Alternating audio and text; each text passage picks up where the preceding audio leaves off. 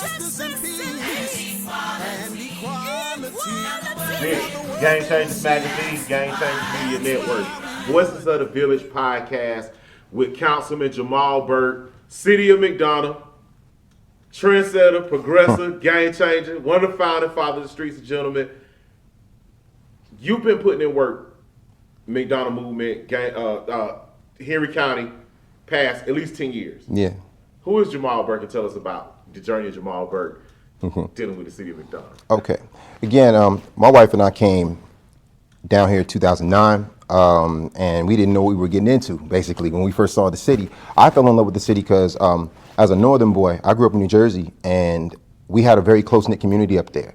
All the kids were taken care of. There were services and things that all of us were able to have growing up. Great education, great sports, sports organizations and programs for the kids and stuff like that.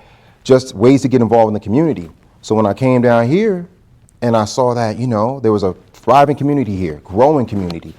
And I was like, you know what? This place could have the same kind of stuff. You know what I'm saying? And even though I am a northern boy, I got southern sensibilities, is what I tell people. Okay. Because my family's based in the South, and I love the down home feeling down here. I love the feeling of the cooking, first of all, and the heart that people put into the cooking and the food.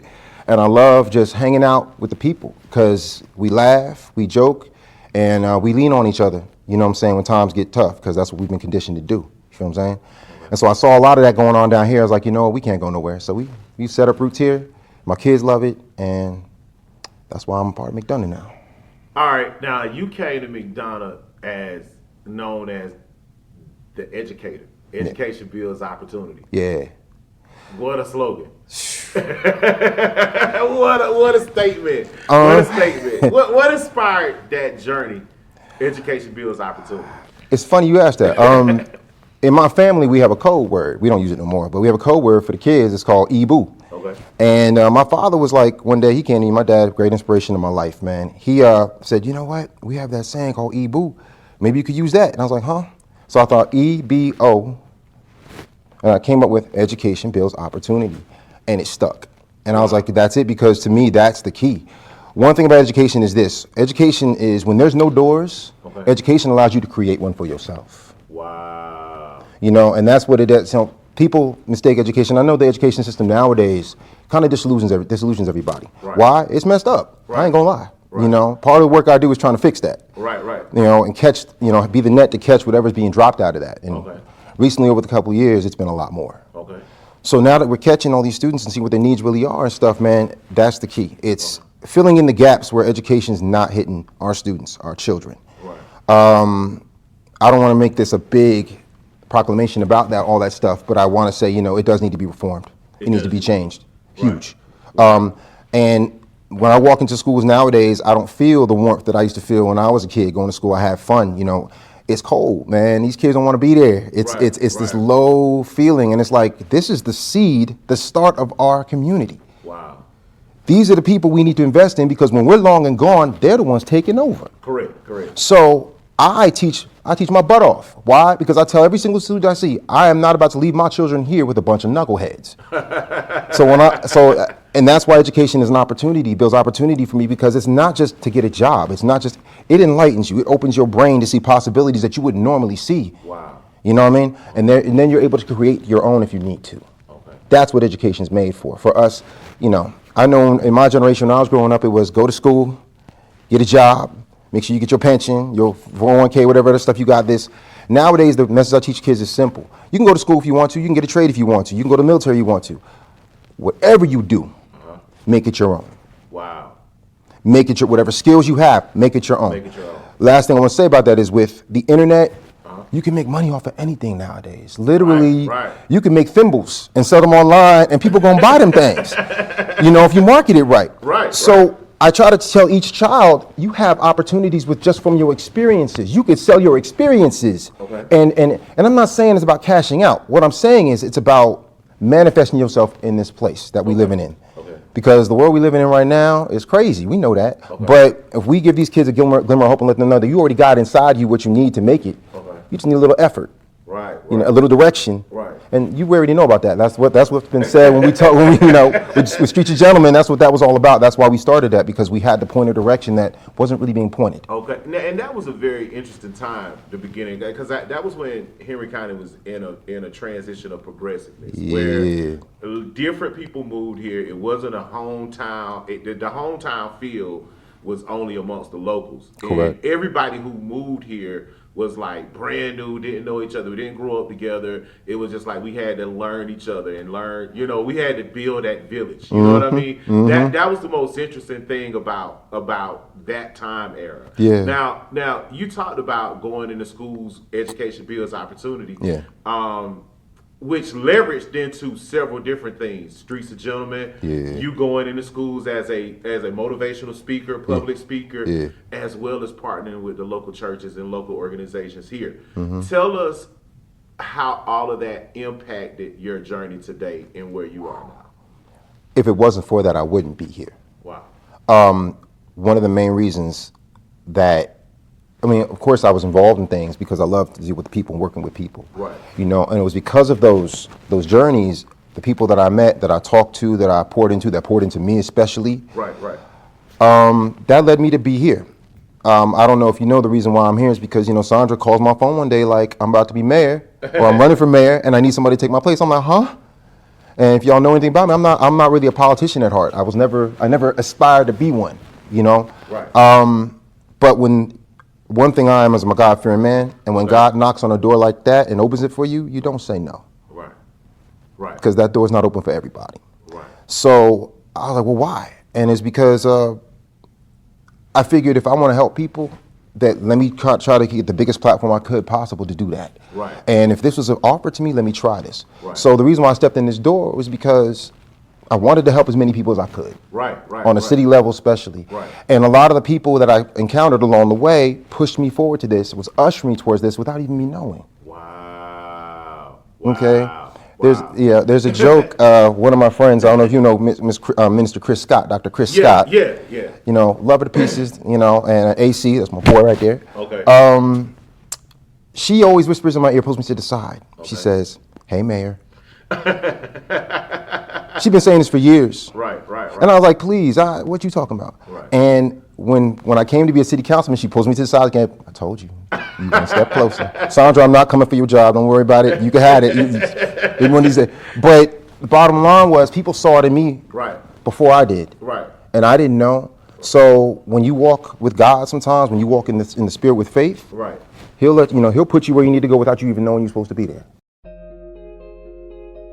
My name is Jamal Burt, and I'm the owner and CEO of EBO Educational Services.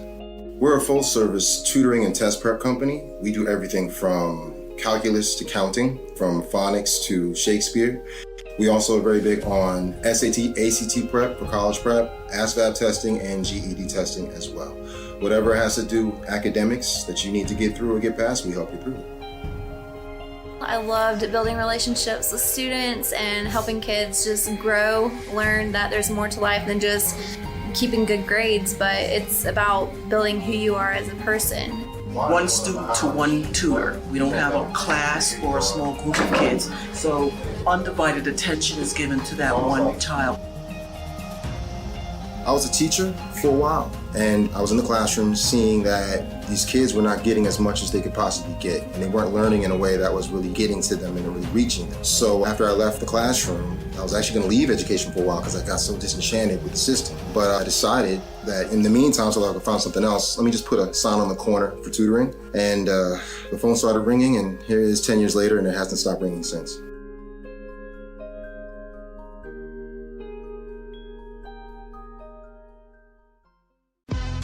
The Youth Life Center of the Arts is a trailblazing organization dedicated to adolescent care, specifically tailored for youth who are too advanced for daycare but not ready to be left home alone during out-of-school times. We provide performing arts-based programs, innovative learning, and life skills development to help prepare adolescents for the real world. With over 10 years of experience, owner and founder Ms. Clarissa Winston and her team creates a safe environment that empowers youth to find their voice and discover their gifts. Get your child involved today. Follow us on social media at the Youth Life Center to stay connected and get up-to-date info on resources we provide. Call us today at 770-272-5086 or email us at info@theyouthLifeCenter.org to get your child registered for our after-school program. For more information, visit youthlifecenter.org.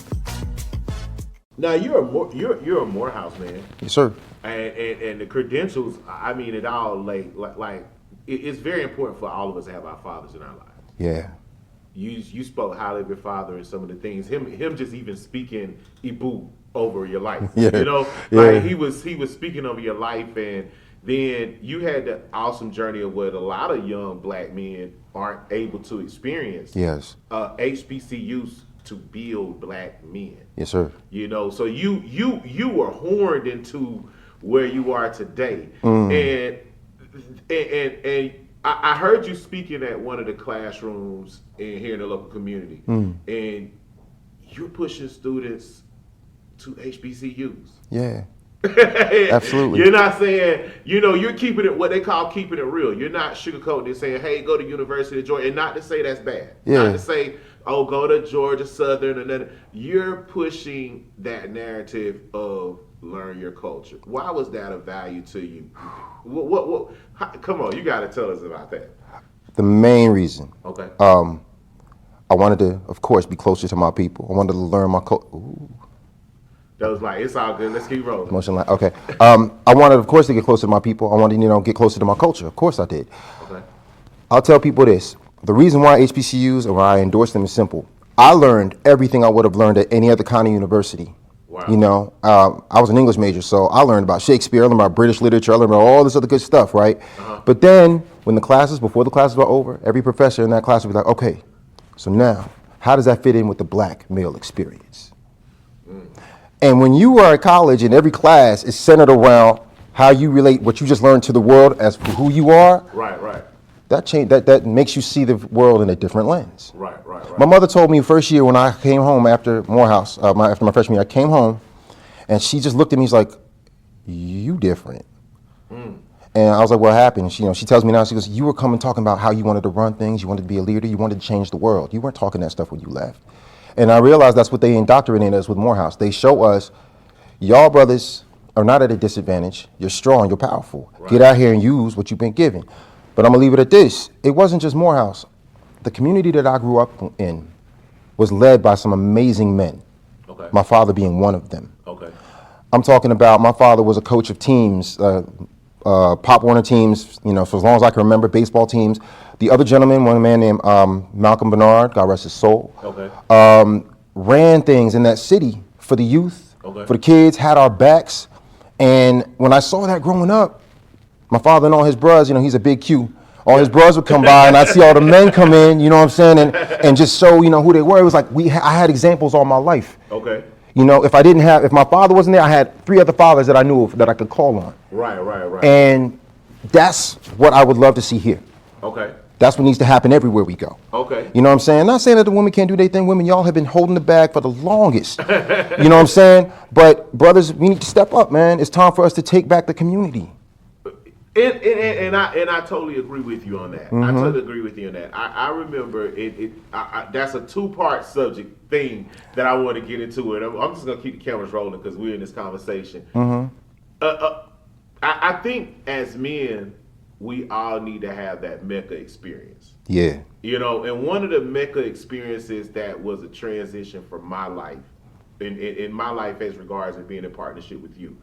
I remember we were doing the McDonough movement, and we were just going around trying to build this culture of business owners standing up, talking to one another, not just business owners, but community advocates in the community standing up, talking to one another.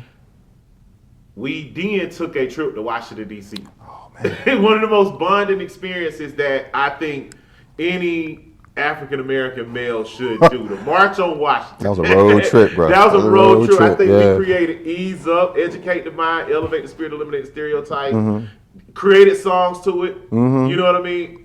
And we had a chance to bond because we bought hotels, we took kids, all of that. that was I think a personal Mecca journey for us. What do you think? What tell us about that experience, Bruh, that was so long ago.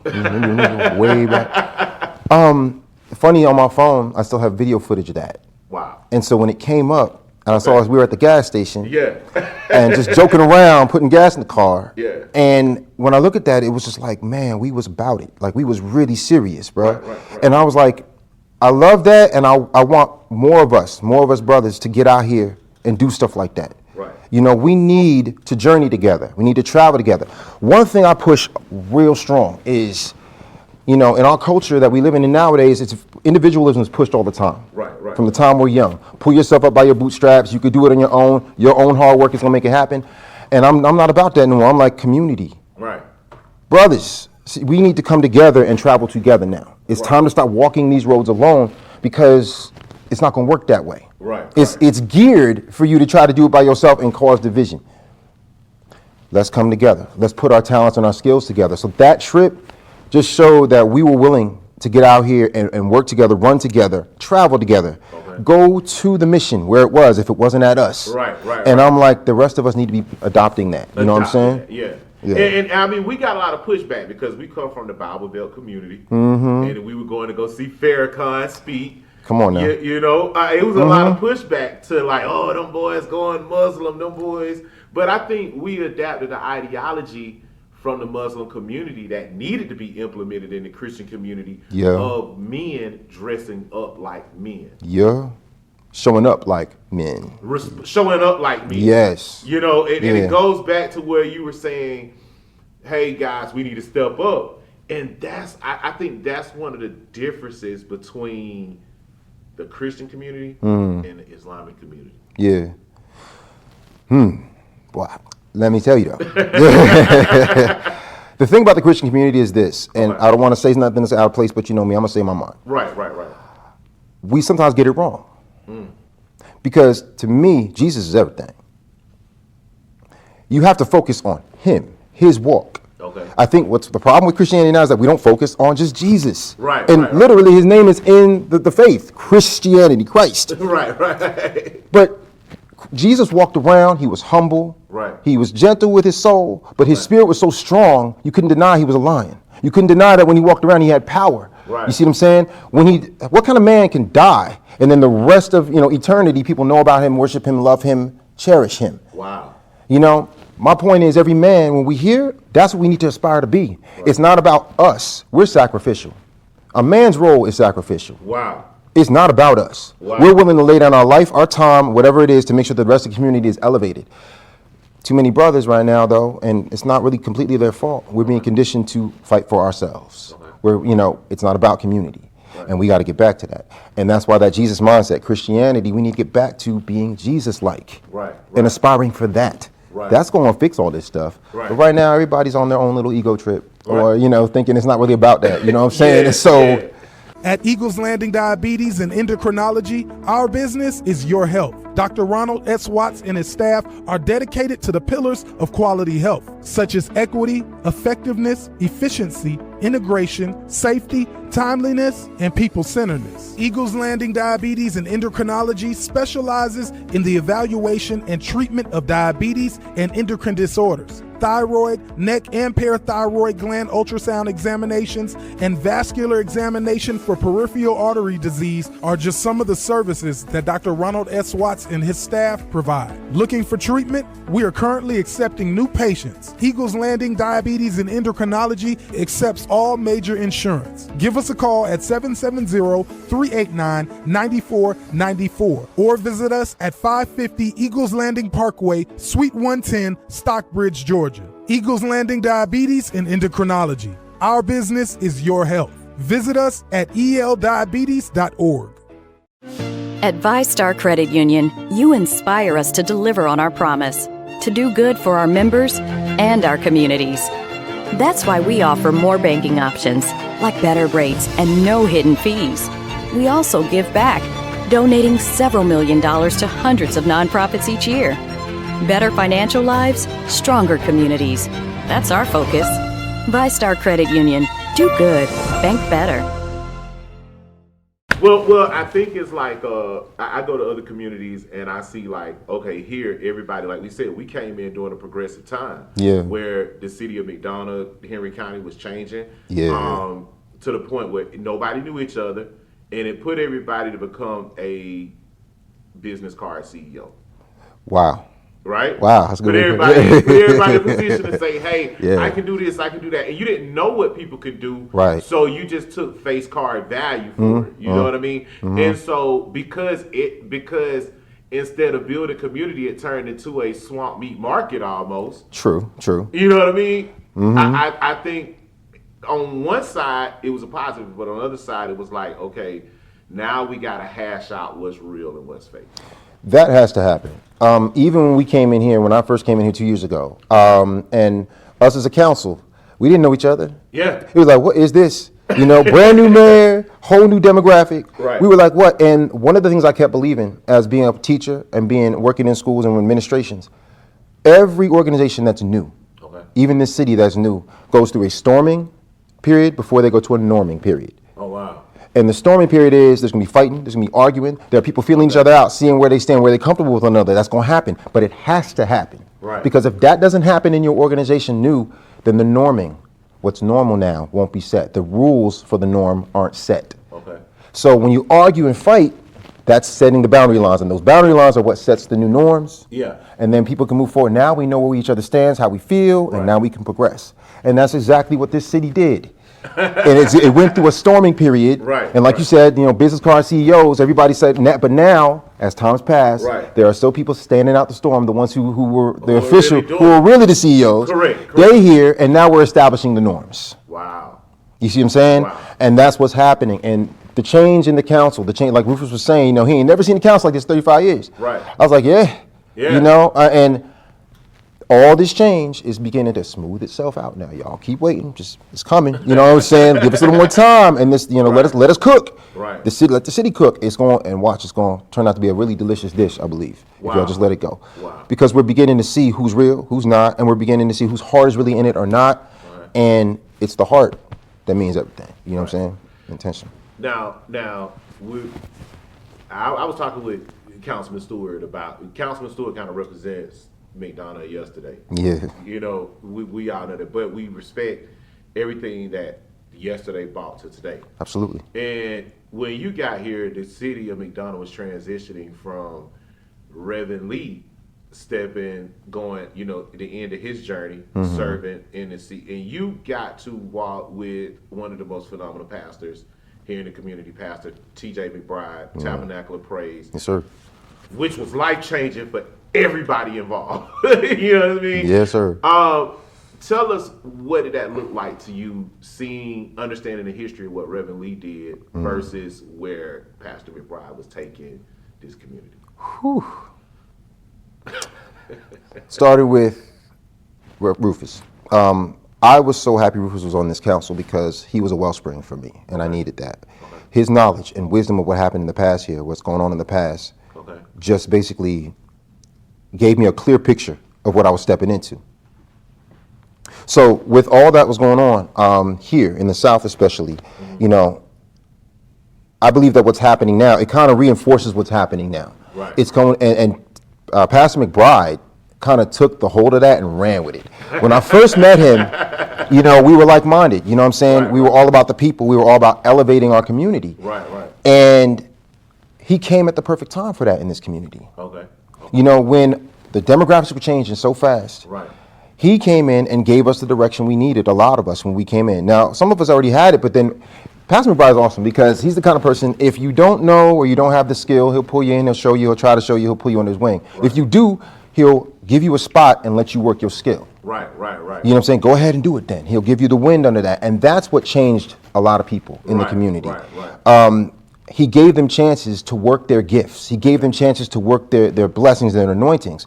And when you give people that kind of opportunity, they never let that go. You see what I'm saying? Right. You know, and that's what he keeps doing. He keeps opening up doors and, you know, letting people work what they're blessed with. And that's going to keep people happy and working all day long. You know what I'm saying? So you gave me a really tough question here, bro. But I'll just say, you know, Pastor Lee, I believe there's still a place for him here. Right. You know what I'm saying? Right. Pastor McBride, place for him. Right. You see what I'm saying? I believe that they need, the progressive and the old school needs to work together. If you know anything about my philosophy about teaching, Right. all right, you need the traditional, because these kids need that regular traditional stuff, because that's what sticks. Right. But you need to be innovative with it, because if you ain't innovative with it, it's going to fall on deaf ears every time you try to tell them. Absolutely. And that's the reason why both of them, if y'all spread the gospel that way, it's going to spread to more people. Wow. You need the diversity in everything. In everything. There can't be a monopoly on God. You feel what I'm saying? Yeah. So. Yeah.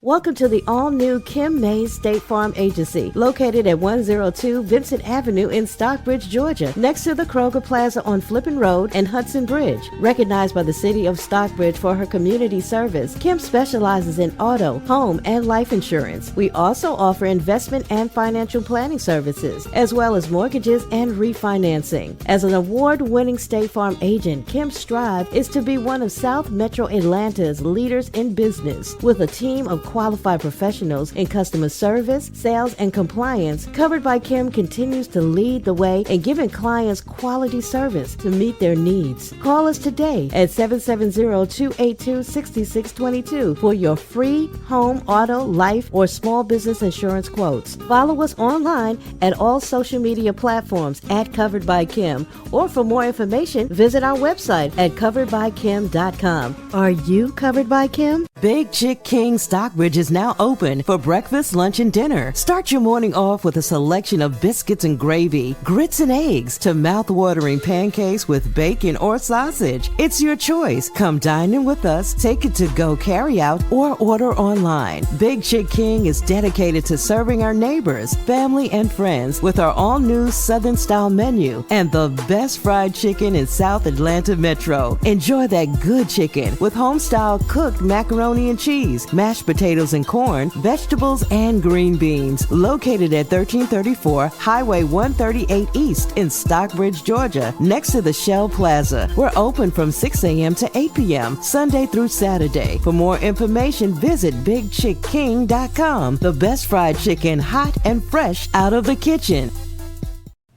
City of McDonough celebrating 200 years. Whew. Yeah. I talked with some locals yesterday and some people for the past couple of weeks. They saw the statue in the square all their life. We saw the statue in the square for about 5 years. Downtown, City of McDonough, progressive, looks different. Yeah. Looks different. What did it look? Tell us about that. I don't even know what to ask. without really going there. You know what I mean? Look, y'all, times have changed. Okay, we can't do nothing about it. I know, the statue being and the history of McDonough and all that stuff, but history, it changes. It's fluid, man. Yeah. You can hold on to the past as long as you want to, but when mindsets change, when society changes, when the community changes, the community has to shift with it. And I don't believe there should be anything in anybody's city, especially when you have a city and you want to represent everyone in the city fairly. There shouldn't be anything in that city that's going to sit here and kind of, let me redo this one, because I can't. This is hard. Let me think before I answer. Because I was going in a direction and was like, no, that ain't. Yeah, I'm with you. Look, no disrespect to what was before. But things have to stay, things have to progress with what's going on. When you have a demographic of a city that changes and our feelings change and our mindset changes, we can hold on to a little bit of that past. But if you don't make room for that future, you're going to get left behind. And McDonough is a county seat of Henry County, and Henry County is a beautiful county. I don't know if y'all know, but out of many other counties in Georgia, this right here is a hot spot. This is a beautiful, and everybody. That's why everybody's trying to move here. Henry County, as y'all know, not too long was the 5th fastest growing county in the entire United States. There's a reason for that. But if this county is going to be able to give everybody what they need, it's going to have to change with the times that's going on and reflect its demographics. Our job as city officials is to reflect our demographics, and that's it. So, yes, we can respect everybody's past, and I do, But at the same time, if we're not doing our jobs here to reflect the demographics that are asking us, that voted us, that put us in our positions, our constituents, we have to do it. That statue came down because it was an eyesore to too many people in the community. More people than it was a blessing. Wow. And so we have to go with the majority. Wow.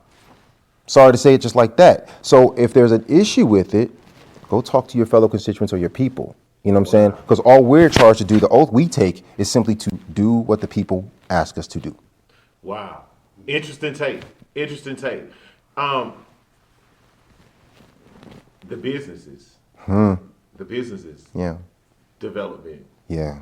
Here, McDonough, City of McDonough, is becoming a tourist attraction. From your district down to the square, all the way down Jonesboro Road. Some of our favorite restaurants like Texas Roadhouse. Yeah. What does progressive McDonough look like to you? Progressive McDonough is what you said, small business. I want this to be a small business haven. All right? So families can follow their dreams and create that quote unquote American dream themselves instead of having to rely on so many outside forces. The work of their own hands, the small business, is what feeds this community. Right. More progressive McDonough looks like more programs for the children here, for the youth. Okay. You know, my son plays tournament ball. It's expensive. Okay. Goodness. But when I was growing up, we had systems in our city, baseball, football, basketball for sports. We had academic bowls and academic tournaments. It didn't matter what the child was into, there was something for them to jump into and get involved with without paying a lot of money. We need to get back to that. Okay? Progressive McDonough looks to me like nice restaurants to dine in. You don't gotta, the reason why many people live here in McDonough alone is because they don't wanna have to drive all the way up to Atlanta to get all the same kind of amenities. Right. So let's create that around us, but let's do so still and kind of keep that open country feel. We don't wanna sit there and have high-rise buildings out here. Right. We're not looking for that. Right. We wanna keep that kind of down-home feel, that easygoing feel, but still be able to give you everything you need without having to drive to the city for it. Wow. That's what progressive McDonough looks like to me, and that everybody has a voice. That every demographic that's represented here feels represented. Gotcha. Okay? We got to break the curse of the past, y'all.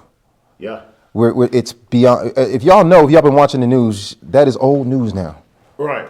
You know, we could talk about racism, we could talk about gender, we could talk about, we already know what the true enemy out there is. I don't have to say it. Right. You know what I'm saying? But the bottom line is not the things that they've been selling to us. Right.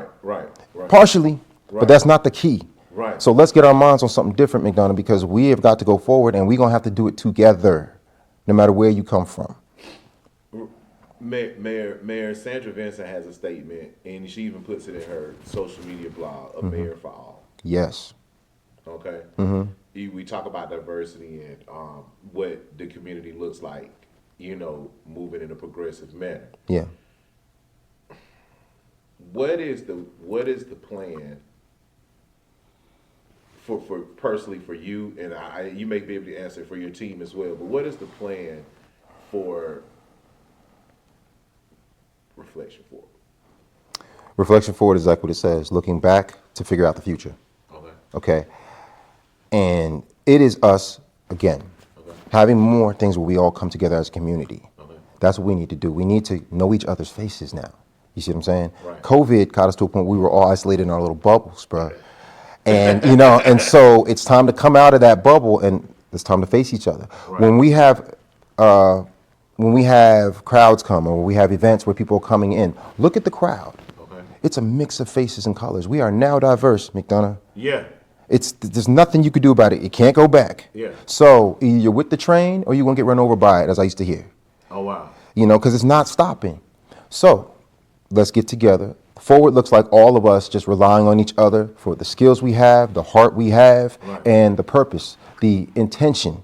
We have to be intentional with us trying to become a community. You can't just think it's going to happen. Right. We got to push each other to be our best, and that's it. So Reflection Forward looks like to me, it looks like we're going to take the mistakes and the benefits of the past, wrap it all together now, and create something new out of it so we can jump forward as a people here. Wow.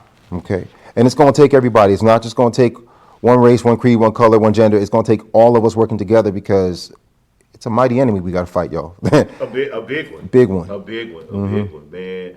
We just went Boy, that was 30 minutes, man. But I feel like we need 30 more. That's cool. But we gotta stay in that time frame, and we're gonna have to definitely do a part two, because it definitely warrants. Because there's a lot of different things I want to go into. Especially, I didn't want to get off subject. I know we talked about the battlefield between the men and the women and that type of space, and that's for a whole nother topic. Wow. But we're gonna we're gonna definitely bring that back, you guys.